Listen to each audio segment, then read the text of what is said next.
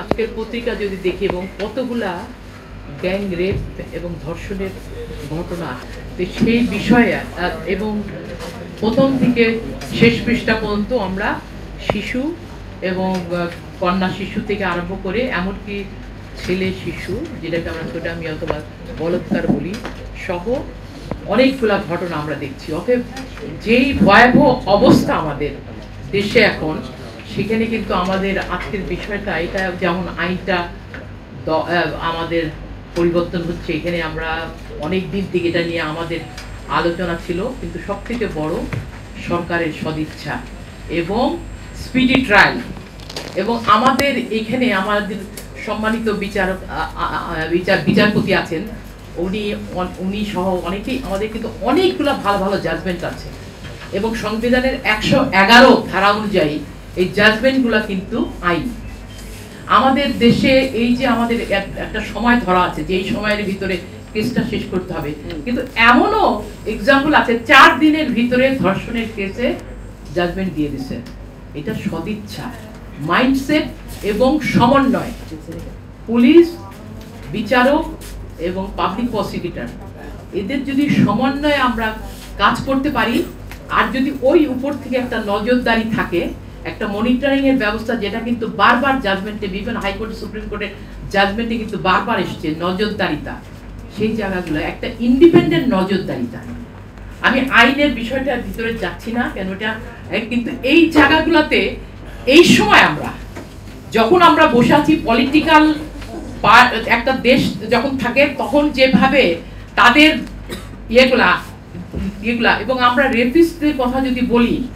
3-4 রকমের রেপিস্ট আমাদের জীবনে আমরা কাজ করতে যাই দেখছি। একটা হলো পাওয়ার রেপিস্ট, যে পাওয়ার রেপিস্টগুলো কিন্তু সবসময় পলিটিক্যাল ছত্রছায়ায় থাকে। আর একটা স্যাডিস যারা থাকে, যাদের হলো এই বিকৃত রুচি, বিভিন্নভাবে ছোটবেলা থেকে তারা নিজেরাও ভিকটিম ছিল কোনো সময়, সেই জায়গাটা কিন্তু সেই আছে এখানে। এই জায়গাগুলোতে কাজ করার জন্য আমাদের যেই ধরনের মানুষ সার্ভিসটা দেওয়ার কথা, সেই জায়গায় কিন্তু সেই আমাদের নাই। পুলিশের কি পুলিশ রিফর্মে পুলিশের সেই ট্রেনিংগুলো, এগুলো কিন্তু আইনের সঙ্গে সঙ্গে আমাদের যেই জায়গাগুলোয় কাজ করা, যেটা রিকমেন্ডেশন আমরা দিয়েছি বিভিন্নভাবে কিন্তু দিয়েছে, কিন্তু আজকের দিনে এখানে যেহেতু রেপের বিষয়টা নিয়ে আমরা এখানে বলছি, সাংবাদিকদের একটা বিরাট বড় রোল অফ মিডিয়া, এটা সব থেকে বড়, যে সেখানে তারা কিভাবে হ্যান্ডেল করছে একটা সার্ভাইভার ভিকটিম। আমরা কিন্তু বলবো না ভিকটিম, অপরাধ যে করে সে হলো তাকে লুকানোর কথা, যে এখানে একটা ঘটনা, রেপটাকে আমি কিন্তু মনে করি একটা অ্যাক্সিডেন্ট, ওইখানে আমি কোনো কিছু হারানোর নাই। আমাদের এই মাইন্ডসেট থেকে হতে হবে। একটা মেয়ে তার কোনো কিছু হারায় নাই, একটা জায়গায় গলা এখানে একটা কেটে গেলে যেরকম, সেখানে সে যদি কোনো কারণে সে ভিকটিম হয়, আঘাত, সে আঘাত একটা, এইটা কিন্তু আমার মিডিয়াকে সেইভাবে কিন্তু আমাকে করতে হবে। সেখানে বুঝতে, তার পরিবার লুকিয়ে থাকবে, তার সবাই করবে, তাদেরকে বারবার ভিকটিমাইজ হবে, কোর্টে যাবে, কোর্ট রুম ড্রামা, পুলিশের রুমের ড্রামা, সেই ড্রামাগুলোর থেকে বের হওয়ার জন্য আমাদের সবার অঙ্গীকার করা উচিত। সেখানে কিন্তু একজন আইনজীবী, আমি যেরকম আমারও, এবং সব থেকে বেশি কষ্ট একটা ভিকটিম যখন রেপের ভিকটিম হয়, তার থেকে বড় বেশি যখন কোর্টে তাকে অপোজিট পার্টির আইনজীবী বারবার তাকে ধর্ষিত করে, ওটা আরো ভয়াবহ। অতএব এই জায়গাগুলা যখন পর্যন্ত সংস্কার না হবে, সেখানে একটা mindset of the judiciary, mindset of the জাজের যে মাইন্ডসেটটা, সে কিভাবে একটা নিউট্রাল ভাবে এবং সেইভাবে করছে, এখানে সমন্বয়ে আমরা যে চাই, সমন্বয় একটা কাজ, পুলিশ, পাবলিক প্রসিকিউটর এবং জাজের, সেই জায়গাগুলো যখন আমরা পর্যন্ত না করব, সেখানে কিন্তু অ্যাকাউন্টেবিলিটি, ট্রান্সপারেন্সি, এই বিষয়গুলো কিন্তু আমরা মাথায় রাখতে পারবো না। চলাকালে যদি ট্রাইব্যুনাল বা ক্ষেত্রমতে ম্যাজিস্ট্রেট মনে করেন যে কোনো নারী বা শিশুকে নিরাপত্তামূলক হেফাজতে রাখা প্রয়োজন, তাহলে ট্রাইব্যুনাল বা ক্ষেত্রমতে ম্যাজিস্ট্রেট শিশু আইন 2013 এর বিধান সাপেক্ষে উক্ত নারী বা শিশুকে কারাগারের বাহিরে বা সরকার কর্তৃক এই উদ্দেশ্যে নির্ধারিত স্থানে সরকারি কর্তৃপক্ষের হেফাজতে বা ট্রাইব্যুনাল বা ক্ষেত্রমতে ম্যাজিস্ট্রেটের বিবেচনায় যথাযথ অন্য কোনো ব্যক্তি বা সংস্থার হেফাজতে রাখার নির্দেশ দিতে পারবে। তো এখানে আমাদের সুপারিশটা হচ্ছে যে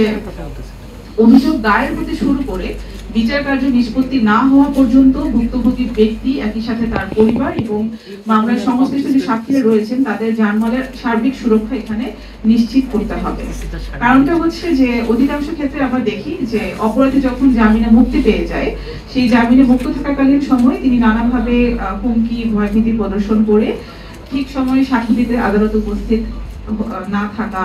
এবং মামলা প্রত্যাহারে তাকে বাধ্য করা, এই ধরনের কাজগুলো করে থাকে। তো এই ধরনের পরিস্থিতি প্রতিহত করার লক্ষ্যে বেসিক্যালি আমরা চাচ্ছিলাম যে একদম শুরু থেকে অভিযোগ দায়ের থেকে শুরু করে একদম বিচার কাজটা শেষ না হওয়া পর্যন্ত যেন আমাদের এই মামলা সংশ্লিষ্ট অভিযোগকারী, তার পরিবার এবং একই সাথে যারা সাক্ষী রয়েছেন তাদের যেন জানমালের প্রপার সুরক্ষা গভর্নমেন্ট থেকে দেওয়া হয়, সেদিকে আমরা জোর দিচ্ছি। উচিত না, ওই পার্সপেক্টিভ থেকে আমরা আমাদের এই প্রস্তাবটা এখানে রেখেছি। নেক্সট আমরা যাচ্ছি সেকশন 15, যেখানে বলা হচ্ছে যে টাইটেলটা ভবিষ্যৎ সম্পত্তি হতে অর্থদণ্ড আদায়। তো এখানে বলা হয়েছে যে সেকশন 4 থেকে 14 এই ধারাসমূহে উল্লেখিত অপরাধের জন্য ট্রাইব্যুনাল কর্তৃক আরোপিত অর্থদণ্ডকে প্রয়োজন বোধে ট্রাইব্যুনাল অপরাধের কারণে ক্ষতিগ্রস্ত ব্যক্তির জন্য ক্ষতিপূরণ হিসেবে গণ্য করতে পারবে এবং অর্থদণ্ড বা ক্ষতিপূরণের অর্থ দণ্ডিত ব্যক্তির নিকট হতে বা তার বিদ্যমান সম্পদ হতে আদায় করা সম্ভব না হলে ভবিষ্যতে তিনি যে সম্পদের মালিক বা অধিকারী হবেন সেই সম্পদ হতে আদায়যোগ্য হবে এবং এরূপ ক্ষেত্রে উক্ত সম্পদের উপর অন্যান্য দাবি অপেক্ষা উক্ত অর্থদণ্ড বা ক্ষতিপূরণের দাবি প্রাধান্য পাবে। তো এখানে আমরা বলছি যে সেকশন 4 to 14 এ যে ধারাসমূহে উল্লেখিত যে অপরাধ রয়েছে এবং তার জন্য ট্রাইব্যুনাল কর্তৃক আরোপিত অর্থদণ্ডকে ক্ষতিপূরণ হিসেবে অপরাধের শিকার ব্যক্তি বা ক্ষেত্রের মধ্যে তার আইনগত উত্তরাধিকারী প্রদান করাকে বাধ্যতামূলক করতে হবে। যে এটা কোনো ডিসক্রিশনারি না, এটাকে হচ্ছে বাধ্যতামূলক করার পক্ষে আমরা যুক্তি দিচ্ছি।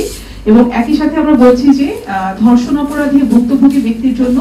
রাষ্ট্র পরিচালিত একটা ক্ষতিপূরণ তহবিল গঠন করা প্রয়োজন, যেন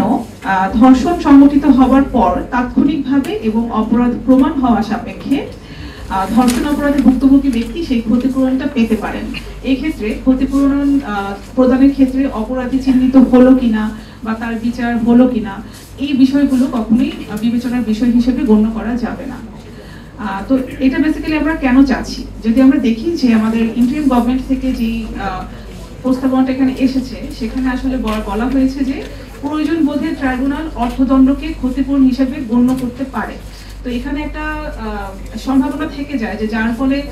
অপরাধের যে ভুক্তভোগী ব্যক্তি তার ক্ষতিপূরণ প্রাপ্তি সম্পূর্ণভাবেই বেসিক্যালি ট্রাইব্যুনালের ডিসক্রিশনারি পাওয়ারের উপরে নির্ভর করে এবং এই ক্ষেত্রে ভুক্তভোগী ব্যক্তির আরোপিত অর্থদণ্ড ক্ষতিপূরণ হিসেবে না পাওয়ারও একটা সম্ভাবনা থেকে যায়। তো এই একটা কনফিউশন দূর করার জন্য আমরা চাচ্ছিলাম যে বেসিক্যালি আমরা জোর দিচ্ছি যে একটা রাষ্ট্র পরিচালিত ক্ষতিপূরণ তহবিল থাকাটা খুবই প্রয়োজন।